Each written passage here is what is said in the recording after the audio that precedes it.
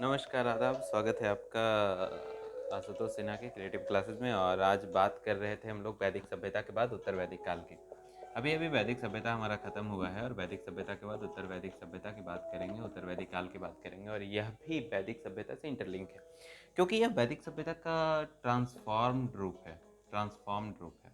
आपको मैंने जिस तरीके से बताया था कि हड़प्पा खत्म होने के बाद उत्तर हड़प्पाई काल चालू रहा, उसी तरीके से वैदिक सभ्यता खत्म होने के बाद उत्तर वैदिक काल शुरुआत हुआ। लेकिन उत्तर वैदिक काल और वैदिक काल में काफ़ी महान डिफरेंसेज मिलते हैं, चूँकि इस समय का समाज बहुत तरीके से बदल गया था। और उत्तर वैदिक काल महज एक काल नहीं रहा था, उत्तर वैदिक काल महज एक समाज नहीं रहा था, बल्कि इसमें अनेकों परिवर्तन हो गए थे और अनेक परिवर्तनों को साक्षात्कार करके यह काल बना था। क्योंकि वैदिक काल में जिस खूबसूरती का दर्शन आपको होता है, जिस तरीके से वहाँ अस्थायित्व और शांतित्व का दर्शन होता है, वह दर्शन आपको यहाँ नहीं मिलेगा। यहाँ बहुत तरीके के परिवर्तन आपको देखने को मिलेंगे और इन परिवर्तनों के आधार पर आप कह सकते हैं कि वैदिक सभ्यता एक अच्छी सभ्यता रही है। लेकिन उत्तर वैदिक काल बहुत तरीके से डिफरेंसेस रहे हैं। जैसे सबसे पहला चीज़ आप देख लीजिए, समाज, उत्तर वैदिक काल का समाज। लेकिन इसके पहले देखिए कि उत्तर वैदिक काल था क्या, क्यों हम उत्तर वैदिक काल कह रहे हैं। तो जब हम वैदिक काल की बात कर रहे थे ना, ऋग वैदिक काल की, जहाँ पे लिखित कोई भी साक्ष्य नहीं प्राप्त हुआ है, लेकिन इस काल में तो सबसे पहले वेदों की रचना हो गई, वेदों को लिख दिया गया था। यह सबसे इम्पोर्टेंट बात। दूसरा बात कि इन लोगों का फैलाव थोड़ा भारत के अन्य इलाकों में भी हुआ था। अन्य इलाकों में कैसे हुआ था, तो मैंने आपको पहले भी बताया कि विदेह माधव नाम के जो व्यक्ति हैं, उनके पास क्या है, तो उनके पास देव तरीके की जो शक्तियां हैं विदेह माधव के पास। और वो देव तरीके की शक्तियां वैश्वानर नाम का जो आदमी है इनके साथ, वो अपने मुंह से आग निकालने की शक्ति रखता था। ये एक स्टोरी है, किंवदंती है, जो भी है आप उसको मानिए। कि विदेह माधव जब यहाँ थे तो उनके पास वैश्वानर नाम का व्यक्ति, और वो अपने मुंह से आग निकालने की शक्ति रखता था। तो उसने अपने मुंह से आग निकाला और अग्नि निकालने के बाद वो बोलता है घृत। घृत बोलने के साथ वो अग्नि जमीन पर आने के बाद वो जलाना शुरू करती है। तो विदेह माधव पूछते हैं कि भाई बताइए कि हम कहाँ रहें। आर्य लोग पूछते हैं कि हम कहाँ रहें, तो बोले कि जहाँ तक हम जला देंगे वहाँ आप रहिए। तो वो जलाना शुरू करते हैं, जलाते जाते हैं, जलाते जाते हैं। जब आप भारत का अपवाह तंत्र पढ़िएगा हमारे साथ, तो आपको क्लियर होगा कि किस तरीके से नदियों की संरचना है हमारे यहाँ। तो वो जला रहे हैं और आप देखिएगा, आपको थोड़ा सा मैं दिखा दूं कि ये गंगा है। गंगा में यमुना आकर के मिलती है, गंगा में अन्य नदियाँ आकर के मिलती है। और गंगा जब बह रही है तो यहाँ पे गंडक आकर के मिलती है, तो गंडक के किनारे तक ही जला पाते हैं और गंगा के पूर्ववर्ती भाग को यह नहीं जला पाते हैं। तो गंगा के पश्चिमी किनारे तक ये जला पाते हैं। तो आर्यों को बोलते हैं कि जहाँ तक मैंने जला दिया है वहाँ पर आप रहिए। तो आर्यों का फैलाव गंगा के पश्चिमी भाग तक हो जाता है। और यह लोग जो है वो सप्त सैंधव प्रदेश से लेकर के गंगा के पश्चिमी किनारे तक पूरी तरीके से बस जाने का प्रयास करते हैं और बस जाते हैं। तो this is the fact of river Ganga, this is the fact and reality of उत्तर वैदिक सभ्यता और सप्त सैंधव प्रदेश। इसके बाद बात करें कि इन लोग जब यहाँ तक बस गए तो क्या पैटर्न था इसका, उत्तर वैदिक काल का, वैदिक काल का क्या पैटर्न था, उत्तर वैदिक काल का क्या पैटर्न था। तो सबसे पहली जो आप देखते हैं डिफरेंस, वो कि वैदिक काल में लोग क्या कर रहे हैं। तो वैदिक काल में लोगों को अस्थायित्व प्रदान नहीं हुई है, लेकिन उत्तर वैदिक काल में लोग बसना शुरू करते हैं। ठीक है, वैदिक काल में था, जन था, कबीला था, राजा थे, लेकिन उत्तर वैदिक काल में ये राजा राजनैतिक रूप धारण करते हैं। और बहुत सारी राजाओं की चर्चा आपको देखने को मिलेगी, बहुत सारे क्षेत्र आपको देखने को मिलेगा, जैसे कुरु, पांचाल, पांचाल है ना, बस्सु, द्रयु, इस तरीके से बहुत सारे क्षेत्रों की चर्चा आपको मिलेगी। और मैं इन राजाओं की बात आपके सामने करूंगा। इसमें एक राजा परीक्षित थे जिनकी कथा भी आज बताऊंगा। और थोड़ा डिफरेंट देने का प्रयास कर रहा हूँ दोस्तों। आप थोड़ा सा ध्यान रखिएगा कि लूसेंट में सब कुछ मिल रहा है, एनसीईआरटी सार में मिल रहा है, और जो ऑब्जेक्टिव है वो तो मिलेगा ही, लेकिन थोड़ा डिफरेंट देने का प्रयास कर रहा हूँ, थोड़ा आपके साथ ट्विस्ट करने का, कहानियाँ देने का, ताकि कुछ अलग आपको मिले। हर जगह सेम पैटर्न मिल रहा है, तो आप कुछ अलग करने का प्रयास करें। तो देखिए, हम बात कर रहे हैं कि ये यहाँ तक बसे और विदेह माधव के साथ कौन जा रहे थे, तो गौतम। गौतम और उनके राहुगण, राहुगण ये सब कहाँ तक बसे आकर के, वेरी गुड, गंडक नदी के किनारे तक। और सब सेंधव प्रदेश से लेकर के गंडक नदी के किनारे तक जब ये लोग बस जाते हैं, सब सेंधव प्रदेश से लेकर के गंडक नदी के किनारे तक जब ये लोग बस जाते हैं, तो अन्य राजाओं का बसाव भी होता है। जैसे सबसे पहले आपको कुरु और पांचाल की बात हम करें, तो कुरु का क्षेत्र कहाँ तक था? अब फिर से भारत का मैप बनाइए। कुरु का क्षेत्र कहाँ तक था? तो इनका क्षेत्र मेरठ, दिल्ली और कुरुक्षेत्र तक था, ठीक है। पांचाल का क्षेत्र बरेली, बदायूं और फर्रुखाबाद तक था। ये आप याद रखिएगा, मेरठ, दिल्ली, दिल्ली और बरेली, ठीक है। मेरठ, दिल्ली और कुरुक्षेत्र तक था, कुरुक्षेत्र तक था। और पांचाल का था बरेली, बदायूं और फर्रुखाबाद, बरेली, बदायूं और फर्रुखाबाद। यहाँ तक आपको समझ में आ गया होगा। Any doubt till here then you can ask, otherwise we are going ahead, ठीक है। तो हम लोग बात कर लें आगे।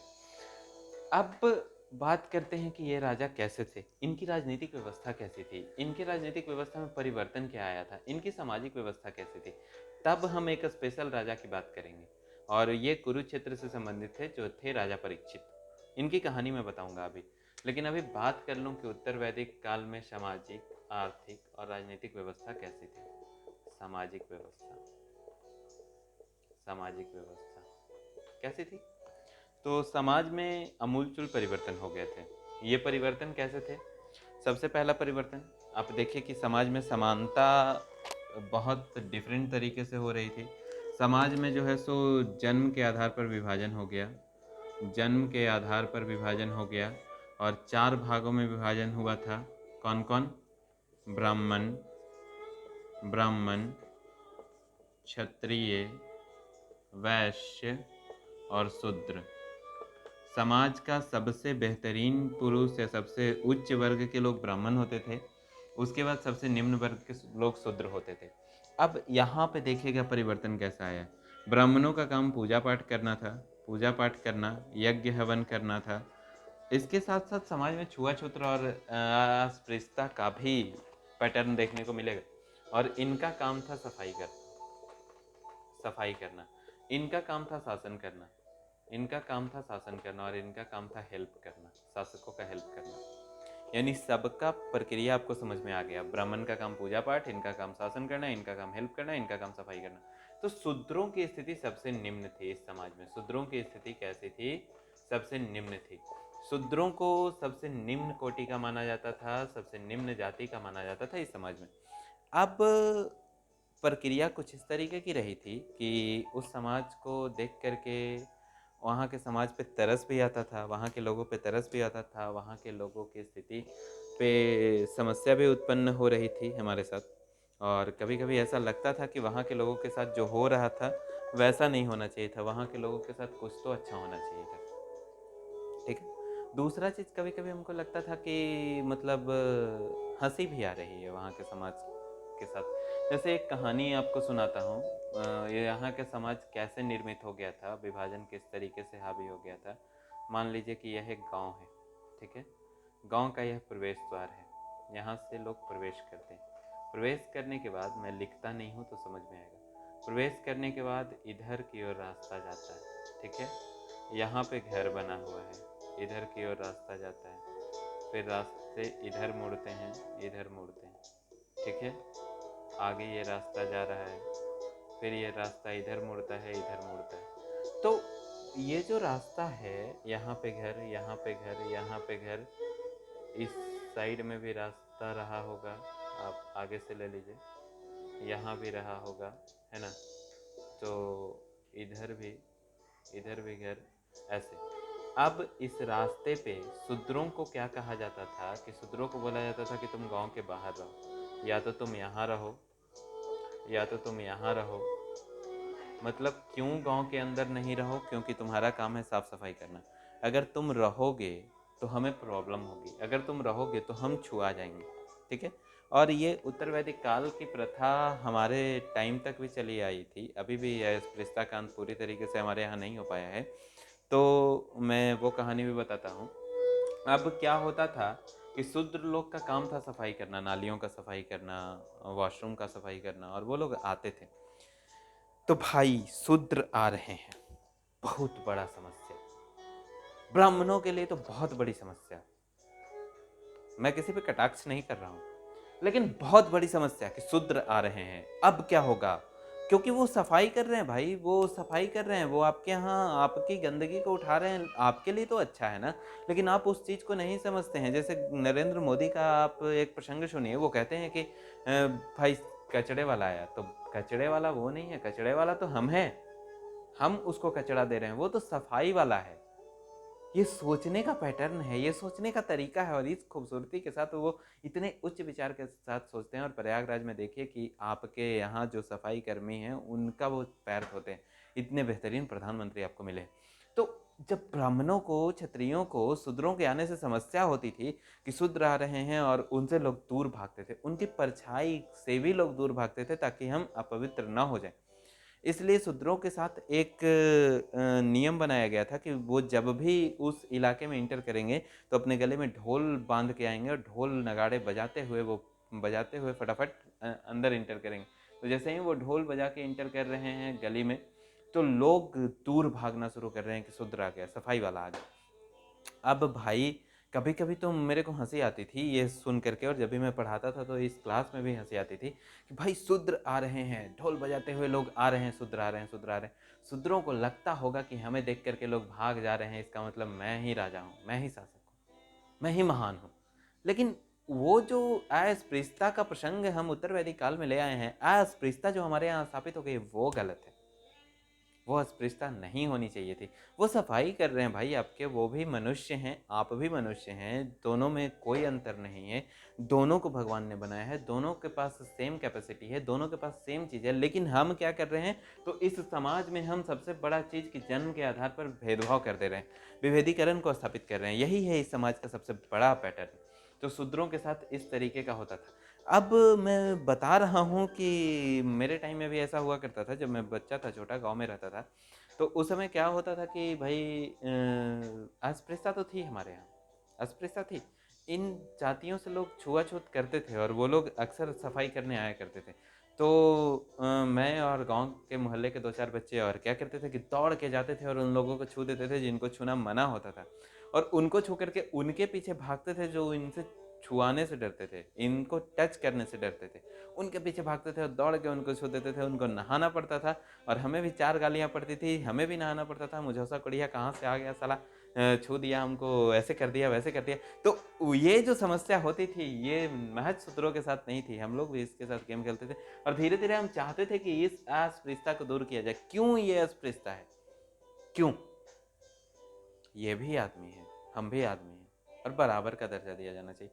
इसलिए जब आप डायरेक्ट मॉडर्न में भी आ रहा हूँ कि जब डॉक्टर भीमराव अम्बेडकर संविधान को लिख रहे थे, महात्मा गांधी से जब उन्होंने बात की, तो वो बोले कि समानता के अधिकार को स्थापित करो। अनुच्छेद 14 में समानता के अधिकार को वो रख दिए, अनुच्छेद 17 में अस्पृश्यता का अंत कर दिए। क्या हम अभी तक अस्पृश्यता को अंत कर पाए हैं? तो जी पूरी तरीके से नहीं, लेकिन कर पाए हैं। चलिए आगे बढ़ते हैं कि समाज में और क्या परिवर्तन हुआ था। समाज तो विभाजित हो गया, और परिवर्तन हुआ महिलाओं की स्थिति में। महिलाओं को, जो आपने देखा कि वैदिक काल की महिलाओं को सबसे बेहतरीन अधिकार मिला था, समानता का अधिकार मिला। वो पार्टियों में शामिल हो सकती थी, वो सभा समिति में भाग ले सकती थी, भाग ही नहीं ले सकती थी, वो बोल सकती थी। इस समय पर्दा प्रथा प्रचलन में आ गया था।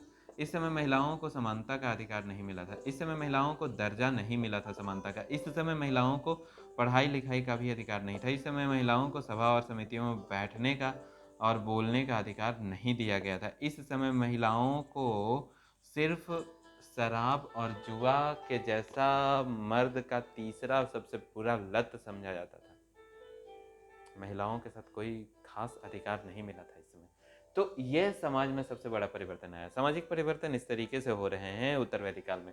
उत्तर वैदिक काल में वेदों के लिखित संज्ञान मिलने लगे थे, और उत्तर वैदिक काल में सामाजिक परिवर्तन इस तरीके से हो रहे हैं। उत्तर वैदिक काल के लोग कैसे थे? उत्तर वैदिक काल के लोग भी जन्म के आधार पर विभाजित होने लगे थे। उत्तर वैदिक काल में लोग भी काम करने लगे थे। उत्तर वैदिक काल के लोग भी महिलाओं के साथ इस तरीके से पेश आने लगे थे। उत्तर वैदिक काल में बाल विवाह तो नहीं मिला है, विधवा विवाह भी यहाँ पे खत्म हो जाता है, और अनेक दुष्कृतियाँ अलग अलग तरीके से मिली हैं। तो उत्तर वैदिक काल को आप देखिए कि किस तरीके से था। हालांकि समाज अभी भी पितृसत्तात्मक था, अभी भी समाज पितृसत्तात्मक था। आपके लिए एक सवाल दे रहा हूँ, पितृसत्तात्मकता एवं मातृसत्तात्मकता में अंतर स्पष्ट करें।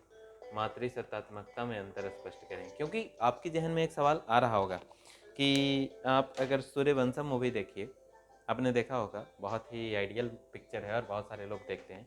तो सूर्यवंशम मूवी में अमिताभ बच्चन का जो रोल करते हैं, बड़े वाले अमिताभ बच्चन मतलब फादर का, उनका घर पितृसत्तात्मक है। लेकिन जिस लड़की से अमिताभ बच्चन भाग के शादी करते हैं, उनके बेटे जो हैं, उनका घर मातृसत्तात्मक है। मैं क्लू दे रहा हूँ, आप अंतर स्पष्ट कीजिए। ठीक है, आगे बढ़ते हैं हम लोग। अब आते हैं इस समाज की आर्थिक व्यवस्था कैसी है। आर्थिक व्यवस्था पे बात कर लें, उसके बाद बात करेंगे राजनीतिक व्यवस्था पर। तो आई होप कि आपको क्लियर हो रहा होगा। अगर नहीं हो रहा है तो आप डायरेक्टली बात करें मेरे से, और अगर आपको कोई समस्या है तो मैं आपको नंबर, एक मिनट, मैं भी नंबर नहीं दूंगा, सॉरी। चलिए आगे बढ़ते हैं। तो बात करें हम सामाजिक व्यवस्था के साथ साथ आर्थिक व्यवस्था की। आर्थिक व्यवस्था की बात करते हैं। ठीक है, आर्थिक व्यवस्था कैसा था उत्तर वैदिक काल का।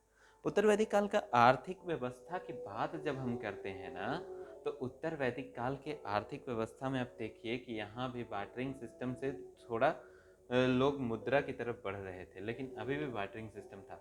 यहाँ का जीवन अस्थायी जीवन हो गया था, लेकिन कृषि इनकी अभी भी मुख्य आय और व्यवसाय का साधन रहा। पशुपालन अभी भी कर रहे हैं लोग, गाय को अभी भी इम्पोर्टेंस दे रहे हैं लोग, लेकिन ये लोग कृषि करना सीख गए थे, अस्थायी जीवन जीने लगे थे, कृषि पद्धति सीख चुके थे।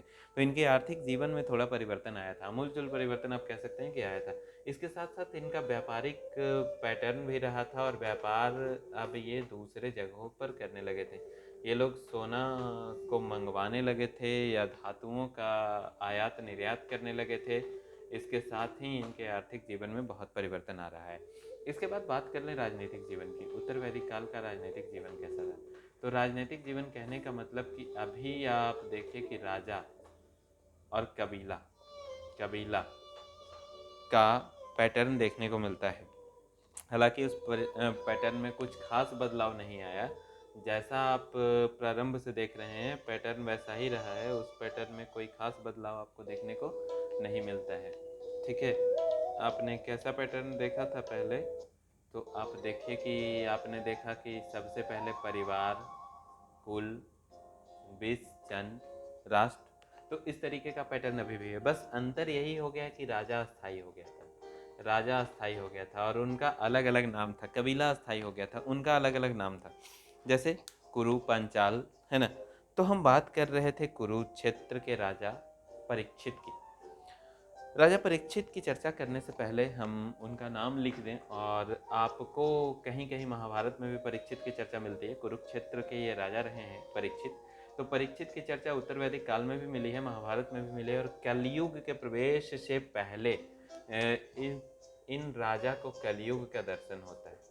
ठीक है, कलयुग का दर्शन होता है। यह राजा थे परीक्षित। परीक्षित कलयुग यही कहलाता है। मेरा एक कविता था कि भगवान बन बैठा रिश्वतखोर, यहाँ जीवन भी ना वो बचाता है, देखो ये तमाशा कलयुग का, कलयुग यही कहलाता है ना। कभी मैं फुर्सत में सुनाऊंगा। तो बात करें राजा परीक्षित की। राजा परीक्षित जब अपने माँ के गर्भ में थे, तो उनको अश्वत्थामा के मंत्रों से या उनके शक्तियों से भगवान का दर्शन होता है, और अचानक से वो देखते हैं कि मेरे सामने कोई दिव्य पुरुष खड़ा है जिसकी 4 भुजाएं हैं, वो पीताम्बर वस्त्र पहने हुए हैं, और वो एकदम आभा से प्रतिमान दीप्तिमान हो रहे हैं। और उनकी आभा को पाकर ही ये धरती पर आने का प्रयत्न करते हैं, और धरती पर जब आते हैं तो देखते हैं कि अचानक से वो गायब हो गए। तो यह राजा परीक्षित की प्रारंभिक कहानी। इसके बाद राजा परीक्षित जब वहाँ शासन करने लगे थे और अपने काल में जब थे, तो आपको देखने को मिलेगा कि वह पुरुष जब धरती पर आए तो उनको पता चला कि जिनको मैंने देखा था वो परमात्मा थे। जिनको मैंने देखा था वो पुरुषोत्तम थे, मतलब पुरुषोत्तम भगवान थे जो अंतर्ध्यान हो गए। इसके बाद राजा परीक्षित एक बार क्या करते हैं कि पृथ्वी पर शासन करने लगे। तो पृथ्वी पर शासन जब वो करने लगे तो उनका शासनकाल बहुत ही बेहतरीन तरीके का रहा। बहुत बेहतरीन राजा थे वो, ना जल्दी गुस्सा करते थे, ना लोगों को त्राहित करते थे, बहुत ही अच्छे से शासन करते थे। लेकिन एक बार नींद में वो एक घटना, एक सपना देख रहे थे, स्वप्न देख रहे थे। इस सपना में देख रहे हैं कि कोई आदमी है और वह आदमी बहुत बलशाली है, और वह बलशाली आदमी जानवरों को मार रहा है। और जानवरों को कहाँ मार रहा है भाई? तो मेरे ही इलाके में मार रहा है, ठीक है।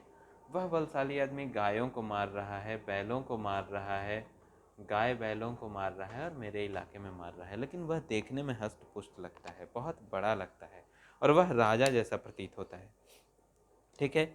और उसके हाथ में क्या है? तो कमल पुष्प है, और वह व्यक्ति राजा जैसा प्रतीत होता है। तो राजा परीक्षित से रहा नहीं जाता है, वो उससे पूछ देते हैं कि भाई बताओ कि तुम कौन हो, और तुम बहुत ही बेहतरीन लगते हो, बहुत ही देखने में अच्छे लग रहे हो, हष्ट पुष्ट लग रहे हो, तुम्हारी जो है सो कृतियाँ दीप्तिमान हैं, तुम एक राजा की भांति प्रतीत होते हो, और तुम मजबूत आदमी हो करके भला मेरे ही इलाके में तुम मेरे ही इलाके में इन दुर्बलों पर अत्याचार क्यों कर रहे हो?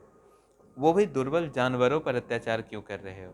तो दुर्बल जानवरों पर अत्याचार करने का तुम्हारे लिए पर्पस क्या है, कारण क्या है? बताओ तुम कौन हो? राजा परीक्षित का यह सवाल सुनकर वह व्यक्ति बोलता है कि महाराज मैं कलयुग हूँ, मैं कलयुग हूँ। मेरा काम ही है दुर्बलों पर अत्याचार करना, मेरा काम ही है लोगों को गलत राह दिखाना, मेरा काम ही है लोगों को खराब रास्ते पे ले जाना। अगर आपके जीवन में ऐसा हो रहा है तो आप समझिए कि आप कलयुग के साथ हैं, कलयुग के पथ पे हैं। तब राजा परीक्षित पूछते हैं कि अच्छा तुम्हारा काम है तो तुम मेरे साम्राज्य में क्या कर रहे हो? मेरे साम्राज्य में तुम्हें प्रवेश नहीं दिया जाएगा। कलयुग उनसे आग्रह करता है, विनती करता है कि महाराज मैं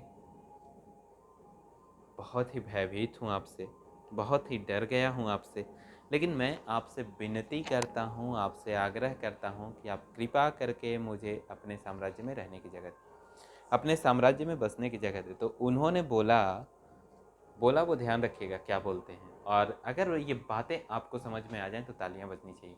उन्होंने बोला कि देखो हमारा साम्राज्य काफ़ी भी सुखी संपन्न है और यहाँ अच्छे लोगों को प्रवेश दिया जाता है, इसलिए मैं यहाँ तो तुम्हें प्रवेश नहीं दे सकता, लेकिन मैं तुम्हें वैसी जगह पे प्रवेश दूंगा, मैं तुम्हें वैसे जगह पे रहने के लिए दूंगा या निश्चित करूंगा जहाँ जुआ होता हो, जहाँ शराब पीना, वैश्यावृत्ति और पशुवध सब कुछ होता हो। उस जगह पे जाकर के तुम रहो, उस जगह पे प्रवेश मैं तुम्हें दे सकता हूँ, उस जगह पे रहने की इजाज़त मैं तुम्हें दे सकता हूँ।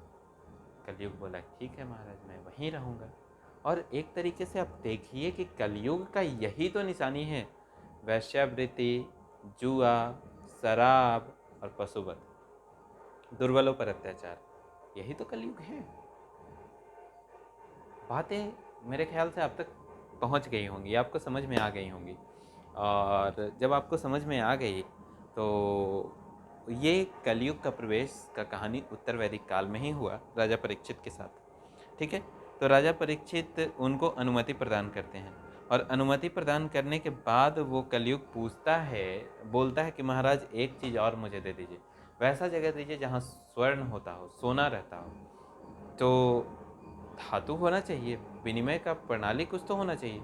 तो वो सोना वाला जगह भी मांगता है, तो महाराज बोलते हैं चलो ठीक है देता हूँ। तो इसलिए आप देखिए कि कलयुग के रहने के 5 स्थान हो गए। पहला झूठ, दूसरा मद, तीसरा काम, चौथा बैर और पांचवा रजोगुण। आप ये देख लीजिए, झूठ, मद, काम, बैर और रजोगुण, ये 5 कलयुग का मेन खासियत थी, कैरेक्टरिस्टिक्स ऑफ कलयुगा, विशेषता, कलयुग का विशेषता आप कह सकते हैं। अब जब कलयुग में आप देखिए कि कौन सा व्यक्ति ऐसा है जो झूठ नहीं बोलता, कौन सा व्यक्ति ऐसा है जो नशा नहीं करता, कौन सा व्यक्ति ऐसा है जो काम वासना में लिप्त नहीं हो, और कौन सा व्यक्ति ऐसा है जिसके पास तमोगुण नहीं हो, बैर नहीं हो, बैराग वैराग्य की बात मैं नहीं कर रहा हूँ, बैर की बात कर रहा हूँ। एक मिनट, बैर की बात मैं कर रहा हूँ, वैराग्य की बात मैं नहीं कर रहा। तो ये कलयुग का कैरेक्टरिस्टिक्स है, कलयुग इस प्रकार से आया है। और ये कहानी आप उत्तर वैदिक काल के इस कहानी के साथ कोरिलेट करके पढ़ते हैं तब आपको समझ में आएगा। आपको ऑब्जेक्टिव्स तो बहुत मिल जाएंगे, मैं पुनः दोहरा रहा हूँ, आपको सब्जेक्टिव भी बहुत मिल जाएगा, लेकिन आपको इस तरीके की कहानी नहीं मिलेगा जो मैं अलग से कंटेंट बना करके खोज करके ला रहा हूँ आपके लिए। कंटेंट डिजाइन में बहुत ही मेहनत के साथ कर रहा हूँ, तो आप कृपया करके पढ़ने का प्रयास करें मेरे दोस्त, पढ़िए, अच्छा लगेगा। आगे बढ़ते हैं कि राजा परीक्षित की जब मैं कथा कह ही रहा हूँ तो इनके शरीर त्याग का कथा भी मैं आपको सुना दूँ। यह प्रसंग भी बहुत इम्पोर्टेंट है। अभी आप सुन रहे होंगे मेरे पीछे एक धुन बज रही है, कौन सी धुन है बताइए? अच्छा लग रहा है? चलिए आगे बढ़ते हैं, अच्छा लगेगा, है ना। होठों से छू लो तुम, मेरा गीत अमर कर दो। इस गाने की सबसे अच्छी लाइन मुझे क्या लगती है पता है? शायद आपको भी लगेगी कि सब जीता किए मुझसे, मैं हर दम ही हारा, तुम हार के दिल अपना मेरी जीत अमर कर दो। चलिए आगे बढ़ते हैं। तो इनकी कथा में कह रहा था कि इनका शरीर त्याग कैसे होता है। राजा परीक्षित एक बार जंगल जाते हैं, जंगल में वो शिकार खेलने जाते हैं और शिकार खेलते खेलते बहुत थक जाते हैं। वो इतना थक जाते हैं कि उनको भूख और प्यास दोनों लग जाती है, और भूख प्यास से तृप्त वह एक ऋषि के आश्रम में जाते हैं। उस ऋषि के आश्रम में जाते हैं तो देखते हैं कि ऋषि मग्न है, ध्यान में मग्न है। ऋषि को बोलते हैं कि प्रभु मुझे पानी पिलाइए, मुझे बहुत प्यास लगी है। वो ऋषि नहीं सुनते हैं क्योंकि वो ध्यान में मग्न होते हैं, और ध्यान में मग्न होने के कारण वो नहीं सुनते हैं। और राजा परीक्षित बहुत ही तड़प रहे हैं प्यास से, बहुत ज़्यादा प्यासे हैं, बहुत ज़्यादा उनको समस्याएं हो रही हैं। प्यास के कारण वो उनका कंठ सूखा जा रहा है, उनको गुस्सा आ रहा है, उनको ईर्ष्या भी हो रही है, उनको चिड़चिड़ाहट भी हो रहा है। और यह उनके ज़िंदगी का पहला क्षण था जब उनको गुस्सा आया हो, जब उनको ईर्ष्या हुई हो। तो उस गुस्से, उस ईर्ष्या की वजह से वो राजा परीक्षित क्या करते हैं कि एक मरा हुआ सांप उठा करके उस ऋषि के गले में डाल देते हैं और वहाँ से चले जाते हैं, क्योंकि उनको गुस्सा आ गया था। बाद में उस ऋषि के पुत्र को पता चलता है कि राजा परीक्षित आए थे और उन्होंने मेरे पिता के साथ अपमानजनक व्यवहार किया, मेरे पिता के गले में सांप लटका दिया। अरे बाबा रे, ये तो बहुत गलत बात है। राजा परीक्षित वहाँ से चले जाते हैं, वो वहाँ नहीं थे। वहाँ से जाने के बाद भी उनको जब पता चला, उनके पुत्र को ऋषि के पुत्र को, तो वो नदी, कौथुकी नदी का पानी अपने हाथ में लेते हैं। और ऋषियों का आदत था जल से मतलब संकल्प करके किसी को श्राप दे देना। तो वो बोले कि राजा को इसका दंड भुगतना पड़ेगा, और वो नदी के पानी से संकल्प लेते हैं कि आज से 7 दिन बाद तक्षक नाग के काटने से राजा परीक्षित की मृत्यु हो जाएगी। श्राप दे दिया। राजा परीक्षित चले गए, उनको पता नहीं है। लेकिन वो जब चले गए तो वहाँ जाने के बाद उनको अपने कृत्य पर पछतावा हुआ। उनको लगा कि मैंने गलत किया, उनको लगा कि मैंने जो किया वो नहीं करना चाहिए था, मैं जो करके आया हूँ वो नहीं करना चाहिए था, और इस कृत्य के चलते उस ऋषि का मैंने अपमान किया है। तो मुझे अपने इस अपमान का पछतावा होना चाहिए और मुझे सज़ा मिलनी चाहिए। जब वो अपने बेहतरीन पुरुषों को बुलाते हैं और उनसे पूछते हैं कि क्या सज़ा होनी चाहिए, तो बोलते हैं कि सज़ा तो आपको मुकर्रर कर दी गई। बोले क्या? मुझे सज़ा किसने दिया?